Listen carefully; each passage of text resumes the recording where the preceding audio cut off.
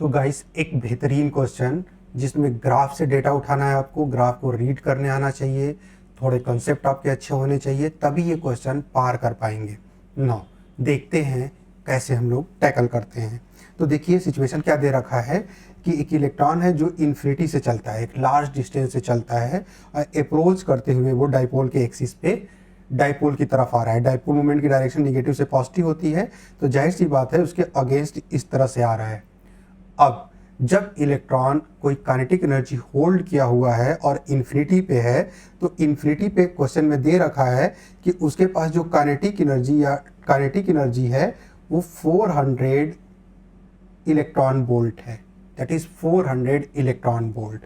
अब हम लोग ये कहते हैं कि अगर वो इस तरह से मूव करके आ रहा है तो क्या नहीं चेंज होगा, क्योंकि इलेक्ट्रोस्टैटिक फील्ड क्या होती है, कंजर्वेटिव फोर्स फील्ड होती है। इसका मतलब उसकी काइनेटिक एनर्जी डिक्रीज करती चली जाएगी, इलेक्ट्रिक फील्ड से लड़ते लड़ते जो उसकी एनर्जी है वो कन्वर्ट होती चली जा रही है पोटेंशियल एनर्जी में, लेकिन पोटेंशियल एनर्जी उसकी बढ़ती जा रही है, मतलब चेंजेस हो रहे हैं, काइनेटिक पोटेंशियल में कन्वर्ट हो रहा है। क्या नहीं चेंज हो रहा है, मैकेनिकल एनर्जी, क्योंकि फोर्स फील्ड जो है कंजर्वेटिव है, तो हर जगह मैकेनिकल एनर्जी क्या होगी, कांस्टेंट होगी।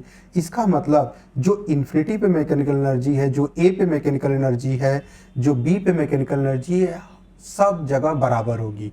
तो इन्फिनिटी पे हम potential energy, there is no interaction with dipole of this electron. इसका मतलब इन्फिनिटी पे there is no potential energy, कोई भी पोटेंशियल एनर्जी नहीं है।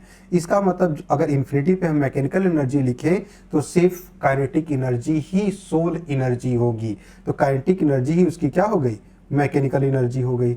इसका मतलब E infinity which is kinetic energy plus potential energy. अब पोटेंशियल एनर्जी हमने कहा there is no interaction, zero होगा, और काइनेटिक एनर्जी 400 दे रखा है, इलेक्ट्रॉन वोल्ट है, तो 400 ईवी एनर्जी हो गई इसके पास। अब हमें यह पता पड़ चुका है कि इसके पास जो टोटल एनर्जी मैकेनिकल एनर्जी है 400 इलेक्ट्रॉन वोल्ट है। अब वो ए पे भी मेंटेन रहनी चाहिए। अब यहाँ पे क्वेश्चन में आप देखिए, डेटा यहाँ से रीड किया जाए तो 0.2 मीटर पे जो काइनेटिक एनर्जी है वो 100 जूल है। इसका मतलब पोटेंशियल एनर्जी कितना हो जाएगा, 400 माइनस 100, 300 जूल। अब पोटेंशियल एनर्जी निकलता कैसे है, ए पॉइंट पे अगर पोटेंशियल एनर्जी निकालना है तो पोटेंशियल एनर्जी उस पॉइंट का पोटेंशियल और इनटू चार्ज जो आ रहा है, चार्ज कौन आ रहा है, इलेक्ट्रॉन आ रहा है, तो हम लोग माइनस ई लिखेंगे, तो Q इंटू वी होता है। ए पॉइंट पे पोटेंशियल कौन क्रिएट कर रहा है, डाइपोल कर रहा है, और डाइपोल का जो पोटेंशियल होता है के पी कॉस थीटा, थीटा यहाँ पे क्या है 0 डिग्री है, तो कॉस 0 1 हो जाएगा, लिख नहीं रहे हैं, upon R square. R square का मतलब डिस्टेंस कितना हो गया सेंटर से 0.2 का स्क्वायर इंटू ई माइनस का, और ये यू कितना होगा, हमने कहा काइनेटिक एनर्जी अगर 100 इलेक्ट्रॉन वोल्ट है तो पोटेंशियल एनर्जी बाकी कितनी बची मैकेनिकल से, 400 में से 100 काइनेटिक में है, तो जाहिर सी बात है 300 पोटेंशियल में कन्वर्ट हो चुकी है, तो 300 आपका आ गया, ये वैल्यू आ गई। तो यहाँ से देखिए माइनस के पी ई की वैल्यू कितनी हो गई, तो यहाँ से अगर वैल्यू बात करते हैं माइनस के पी ई की वैल्यू, इट बिकम 300 इंटू 0.2 का स्क्वायर हो गया। आई होप ये समझ में आया होगा ना। अब ये आगे बढ़ा और किसी आर नॉट डिस्टेंस पे चला गया। अगर आर नॉट डिस्टेंस पे चला गया तो इसके पास जो काइनेटिक एनर्जी बची वो देखिए, आर नॉट पे काइनेटिक एनर्जी 0 हो चुकी है। इसका मतलब जो भी मैकेनिकल एनर्जी है वो कंप्लीटली कन्वर्ट हो चुकी है पोटेंशियल एनर्जी में।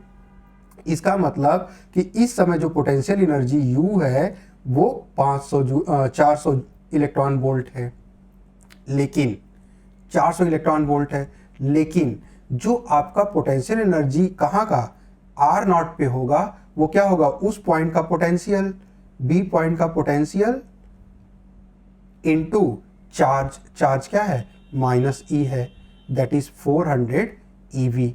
अब देखिए जब यहाँ पे वीबी बी पे पोटेंशियल देखेंगे तो बी के लिए क्या बदल रहा है, सिर्फ डिस्टेंस बदल गई, तो ये हो जाएगा के P upon R square, R की जगह पे आर नॉट रख देंगे, आर नॉट का स्क्वायर, और ये माइनस ई रहेगा, माइनस पहले ले लेते हैं E, and that is equals to 400।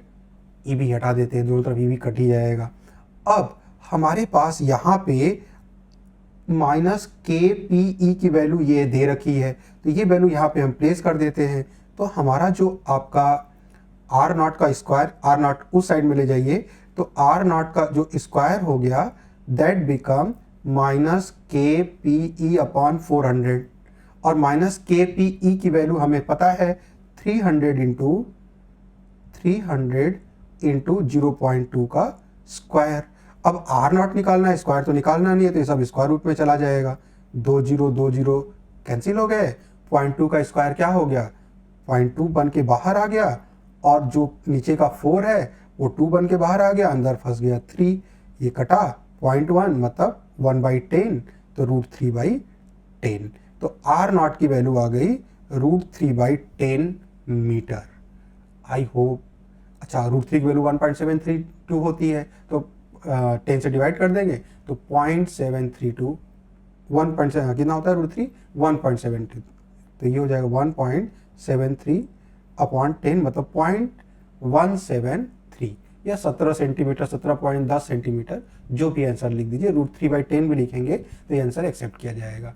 तो आई होप ये पूरा डिस्कशन आपको समझ में आया होगा।